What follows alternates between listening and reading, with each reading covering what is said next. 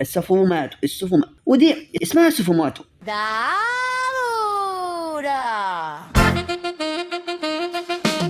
لا لا لا لا.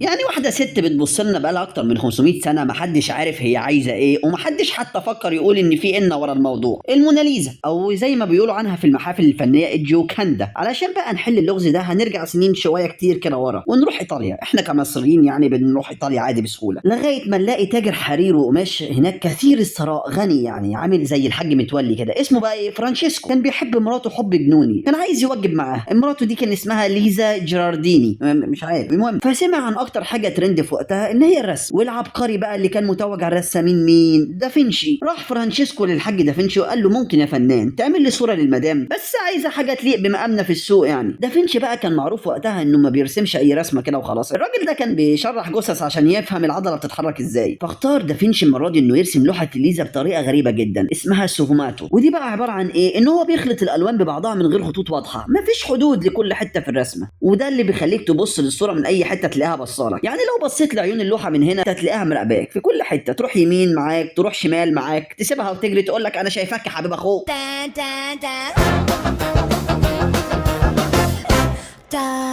وعم دافنشي زيه زي اي عامل مصري اصيل ما بيخلصش الموضوع في يومين ويقلب، لا بالعكس، اللوحه دي قعد يرسم فيها سنين وبرضه ما خلصهاش، وفضل شايلها معاه ويسافر بها من بلد لبلد لحد ما راح فرنسا عند الملك فرانسيس الاول، اللي كان معروف عن الملك فرانسيس وقتها انه بيقدر الفن زي الخرده عند عبافور البرعي كده. هوب، اول ما الملك فرانسيس شاف الكنز اللي مخبيه دافنشي اشتراها منه فورا، وخلى اللوحه دي تبقى عنصر من عناصر الجمال اللي بتزين القصور الفرنسيه. طلعوا ما بيسرقوش اثار مصريه بس.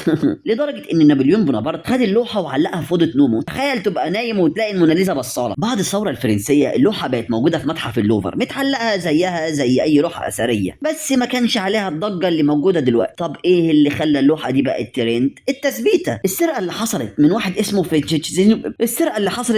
اسمه صعب شويه مش عارف اقراه، بس خلينا نختصر ان اسمه بيرو، يعني نختصر كده ماشي. الراجل ده دخل المتحف واستخبى في دولاب لغايه ما المتحف خلص المواعيد الرسميه ومواعيد الحظر بتاعت الحكومه، وقفلوا الانوار، وطلع بمنتهى السلاسه، فك اللوحه من الوراث بتاعها وطبقها تحت الجاكيت وخرج بكل برود. سنتين يا مؤمن ومحدش عارف الموناليزا راحت فين. الشارع الفرنساوي يتساءل، جوما بالعمر اديب بيزعق، سيف كومباني زاهر بيدور، الشارع الفرنساوي اين ذهبت الست اللي بتبص؟ فين الموناليزا؟ كله بيدور على اللوحه، لدرجه ان الناس كانت بتروح تقطع تذاكر وتدخل متحف اللوفر لمجرد بس ان يتاكدوا ان اللوحه مسروقه، بيتفرجوا على الحيطه وهي فاضيه، لغايه ما الراجل اللي سرقها اتمسك وهو بيبيعها في ايطاليا. ورجعت الموناليزا، بس رجعت سوبر ستار، يمكن بقت اشهر من يارا السكري. اللي جنن بقى الناس وقتها مش ان الموناليزا رجعت، لا، انها رجعت من غير حواجب. فالناس بقت بتروح تقطع تذاكر تاني عشان يروحوا يتاكدوا بنفسهم هي بحواجب ولا من غير حواجب.